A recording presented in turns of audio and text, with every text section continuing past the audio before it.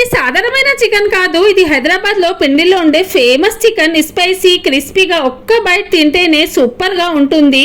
ముందుగా 1 KG chicken తీసుకొని దానిలో మిరపకారం, అల్లం వెల్లుల్లి పేస్ట్, ధనియాల పొడి, ఉప్పు, పసుపు, 1 నిమ్మకాయ రసం వేసుకొని గరం మసాలా కూడా వేయాలి. వేసుకొని పెరుగు వేసి మంచిగా కలుపుకోవాలి. ఒక 10 మినిట్స్ పక్కన పెట్టాలి. ఈ చికెన్ పకోడీ నా పిల్లలకు చాలా ఇష్టము.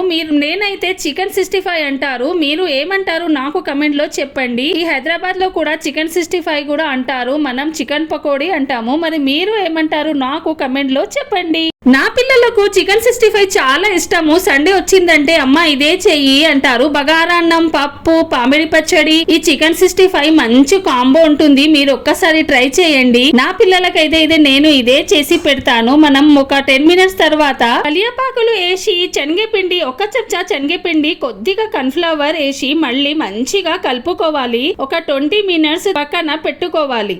ఆ తర్వాత కడాయిలో నూనె వేసి వేడి అయిన తర్వాత చికెన్ పీసులు ఒక్కొక్కటిగా వేసి గోల్డెన్ బ్రౌన్ చేసుకుందాం. పిల్లల లంచ్ బాక్స్ లో లేదా మీరు ఆఫీస్ కు వెళ్ళేటప్పుడు ఇది ఈజీ ఆప్షన్. ఎందుకంటే ఒక రాత్రి ముందుగానే ఇది ప్రిపరేషన్ రెడీ చేసుకోవాలి. ఎందుకంటే పొద్దుగాల హడాహుడి ఉంటది కదా, ఇట్లా చేసుకొని పెడితే ఖాళీ ఫ్రై చేసుకుందాం.